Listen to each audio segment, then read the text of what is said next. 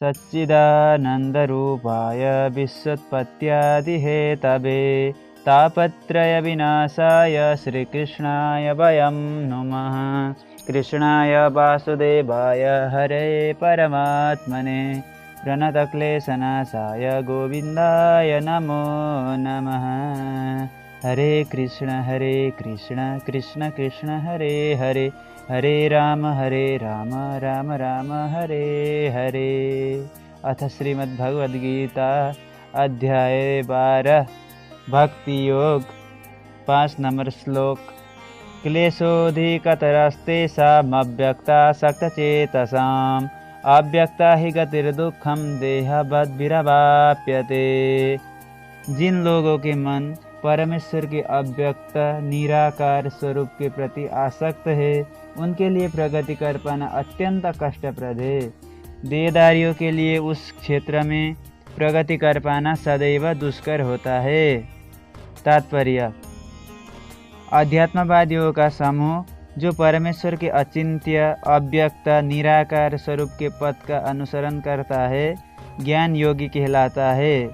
और जो व्यक्ति भगवान की भक्ति में रत रहकर पूर्ण कृष्ण भावनामृत में रहते हैं, वे भक्ति योगी कहलाते हैं। यहाँ पर ज्ञान योग तथा भक्ति योग में निश्चित अंतर बताया गया है। ज्ञान योग का पथ यद्यपि मनुष्य को उसी लक्ष्य तक पहुँचाता है, लेकिन है अत्यंत कष्टकारक, जबकि भक्ति योग भगवान की प्रत्यक्ष सेवा होने के कारण सुगम है और देहधारी के लिए स्वाभाविक भी है। जीव अनादि काल से देहधारी है। सैद्धांतिक रूप से उसके लिए यह समझ पाना अत्यंत कठिन है कि वह शरीर नहीं है। अतः भक्ति योगी कृष्ण के विग्रह को पूज्य मानता है, क्योंकि उसके मन में कोई न कोई शारीरिक बोध रहता है जिसे इस रूप में प्रयुक्त किया जा सकता है। निस्संदेह मंदिर में परमेश्वर के स्वरूप की पूजा मूर्ति पूजा नहीं है। वैदिक साहित्य में साक्ष्य मिलता है कि पूजा सगुण तथा निर्गुण हो सकती है। मंदिर में विग्रह पूजा सगुण पूजा है, क्योंकि भगवान को भौतिक गुणों के द्वारा प्रदर्शित किया जाता है।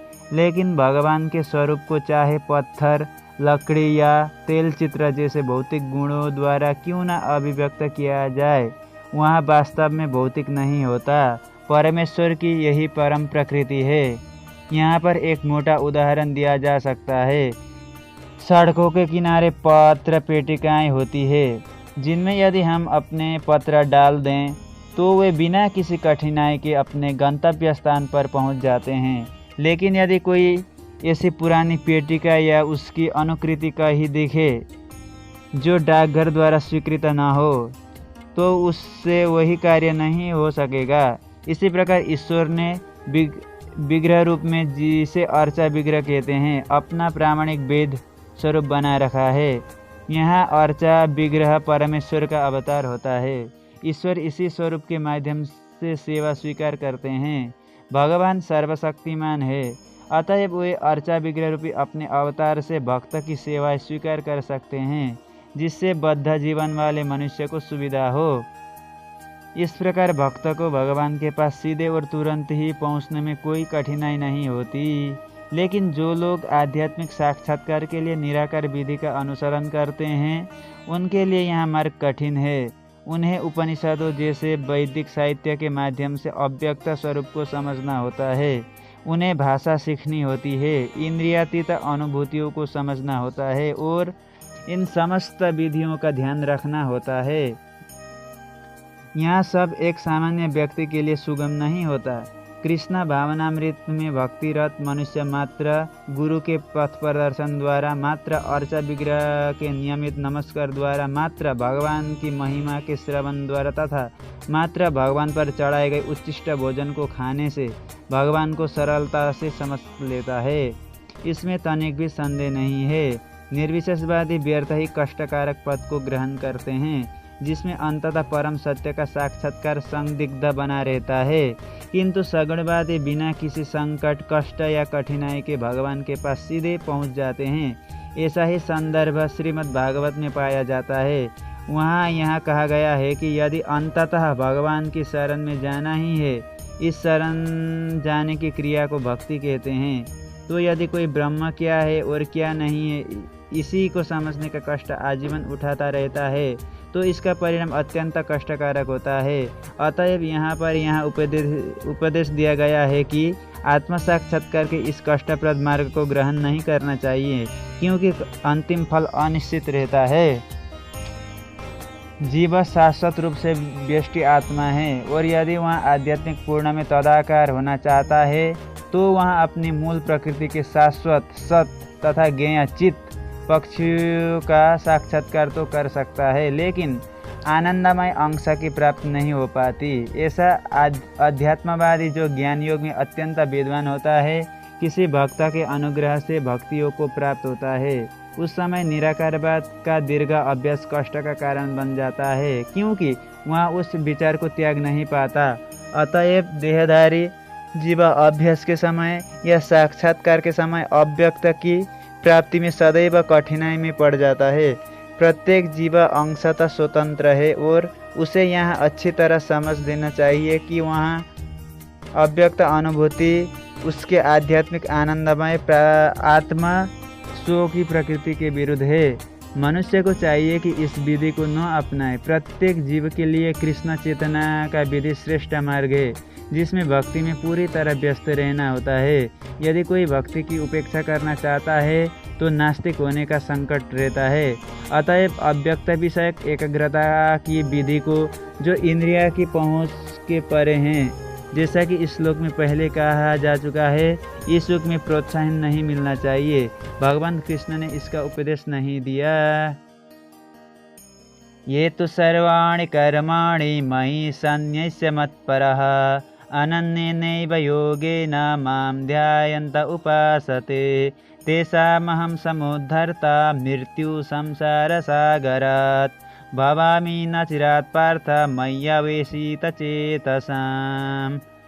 भगवान कहते हैं, जो अपने सारे कार्यों को मुझ में अर्पित करके तथा अविचलित भाव से मेरी भक्ति करते हुए मेरी पूजा करते हैं और अपने चित्तों को मुझ पर स्थिर करके निरंतर मेरा ध्यान करते हैं, उनके लिए हे पार्थ मैं जन्म मृत्यु के सागर से शीघ्र उद्धार करने वाला हूँ। तात्पर्य, यहाँ स्पष्ट कहा गया है कि भक्तजन अत्यंत भाग्यशाली है कि भगवान उनका इस भवसागर से तुरंत ही उद्धार कर देते हैं। शुद्ध भक्ति करने पर मनुष्य को इसकी अनुभूति होने लगती है कि ईश्वर महान है और जीवात्मा उनके अधीन है। उसका कर्तव्य है कि वह भगवान की सेवा करे और यदि वह ऐसा नहीं करता तो उसे माया की सेवा करनी होगी। माया का मतलब संसारी माया की बात कह रहे हैं। जैसा पहले कहा जा चुका है कि केवल भक्ति से परमेश्वर को जाना जा सकता है। अतएव मनुष्य को चाहिए कि वह पूर्ण रूप से भक्त बने। भगवान को प्राप्त करने के लिए वह अपने मन को कृष्ण में पूर्णतया एकाग्र करें। वह कृष्ण के लिए ही कर्म करें, चाहे वह जो भी कर्म करें, लेकिन वह कर्म केवल कृष्ण के लिए होना चाहिए। भक्ति का यही आदर्श है। भक्त भगवान को प्रसन्न करने के अतिरिक्त और कुछ भी नहीं चाहता। उसके जीवन का उद्देश्य कृष्ण को प्रसन्न करना होता है और कृष्ण की तुष्टि के लिए वह सब कुछ उत्सर्ग कर सकता है। जिस प्रकार अर्जुन ने कुरुक्षेत्र में युद्ध किया था। यह विधि अत्यंत सरल है। मनुष्य अपने कार्य में लगा रहकर हरे कृष्ण कृष्ण कृष्ण हरे हरे, हरे राम राम राम हरे हरे इस महामंत्र का कीर्तन कर सकता है। ऐसे दिव्य कीर्तन से भक्त भगवान के प्रति आकृष्ट हो जाता है। यहाँ पर भगवान वचन देते हैं कि ऐसे शुद्ध भक्त का तुरंत ही भवसागर से उद्धार कर देंगे। जो योगाभ्यास में बड़े चढ़े हैं वे योग द्वारा अपनी आत्मा को इच्छानुसार किसी भी लोक में ले जा सकते हैं और अन्य लोग इस अवसर को विभिन्न प्रकार से उपयोग में लाते हैं। लेकिन जहाँ तक भक्त का संबंध है उसके लिए यहाँ स्पष्ट कहा गया है कि स्वयं भगवान ही उसे ले जाते हैं। भक्त को वैकुंठ में जाने के पूर्व अनुभवी बनने के लिए प्रतीक्षा नहीं करनी पड़ती। वराह पुराण में एक श्लोक आया है, नयामि परमं स्थानम अर्चिरा दिति गतिं विना गरुड़स्कंदमारोग्य गरुड़स्कंदमारोप्य यथेच्छ मनिवारितः। तात्पर्य यहाँ की वैकुंठ लोक में आत्मा को ले जाने के लिए भक्त को अष्टांग योग साधने की आवश्यकता नहीं है। इसका भार भगवान स्वयं अपने ऊपर लेते हैं। वे यहाँ पर स्पष्ट कह रहे हैं कि वे स्वयं ही उद्धारक बनते हैं। बालक अपने माता पिता द्वारा अपने आप रक्षित होता रहता है, जिससे उसकी स्थिति सुरक्षित रहती है। इसी प्रकार भक्त का योग अभ्यास द्वारा अन्य लोकों में जाने के लिए प्रयत्न करने की आवश्यकता नहीं होती, अपितु भगवान अपने अनुग्रहवश स्वयं ही अपने पक्षी वाहन गरुड़ पर सवार होकर तुरंत आते हैं और भक्त को भवसागर से उबार लेते हैं। कोई कितना ही कुशल तैराक क्यों न हो और कितना ही प्रयत्न क्यों न करे, किंतु समुद्र में गिर जाने पर वहाँ अपने को नहीं बचा सकता। किंतु यदि कोई आकर उसे जल से बाहर निकाल ले तो वह आसानी से बच जाता है। इसी प्रकार भगवान भक्त को इस भवसागर से निकाल लेते हैं। मनुष्य को केवल कृष्ण भावनामृत की सुगम विधि का अभ्यास करना होता है और अपने आप को अनन्य भक्ति में प्रवृत्त करना होता है।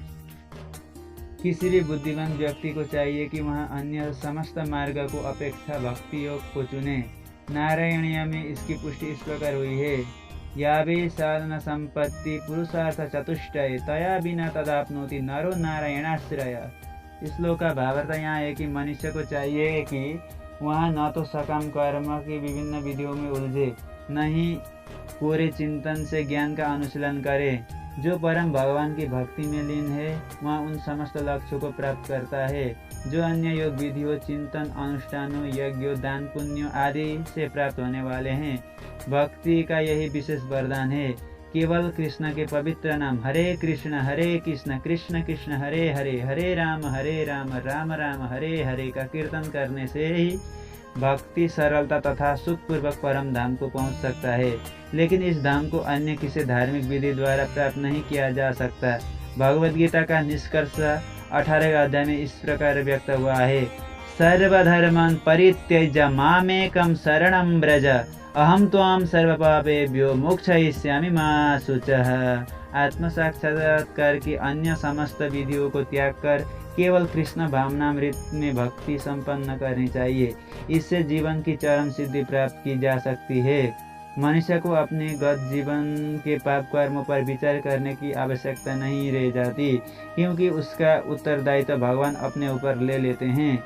अतएव मनुष्य को व्यर्थ ही आध्यात्मिक अनुभूति में अपने उद्धार का प्रयत्न नहीं करना चाहिए। प्रत्येक व्यक्ति को चाहिए कि वह परम शक्तिमान ईश्वर कृष्ण की शरण ग्रहण करे। यही जीवन की सर्वोच्च सिद्धि है। मय्येव मन आदत्स्व मयि बुद्धिं निवेशय निवसिष्यसि मय्येव अथ ऊर्ध्वं न संशयः। मुझ भगवान में अपने चित्त को स्थिर करो और अपनी सारी बुद्धि मुझ में लगाओ। इस प्रकार तुम निस्संदेह मुझ में सदैव वास करोगे। तात्पर्य, जो भगवान कृष्ण की भक्ति में रत रहता है उसका परमेश्वर के साथ प्रत्यक्ष संबंध होता है। अतएव इसमें किसी प्रकार का संदेह नहीं कि प्रारंभ से ही उसकी स्थिति दिव्य होती है। भक्त कभी भौतिक धरातल पर नहीं रहता, वह सदैव कृष्ण में वास करता है। भगवान का पवित्र नाम तथा भगवान अभिन्न है। अतः जब भक्त हरे कृष्ण कृष्ण कृष्ण हरे हरे, हरे राम राम राम हरे हरे का कीर्तन करता है तो कृष्ण तथा उनके अंतरंग शक्ति भक्त की जिह्वा पर नाचते रहते हैं। जब वह कृष्ण को भोग चढ़ाता है तो कृष्ण प्रत्यक्ष रूप से उसे ग्रहण करते हैं और इस तरह भक्त उस उच्छिष्ट जूठन को खाकर कृष्णमय हो जाता है। जो इस प्रकार सेवा में नहीं लगता वह नहीं समझ पाता कि यह सब कैसे होता है। यद्यपि भगवद गीता तथा अन्य वैदिक ग्रंथों में इसी विधि की संस्तुति की गई है।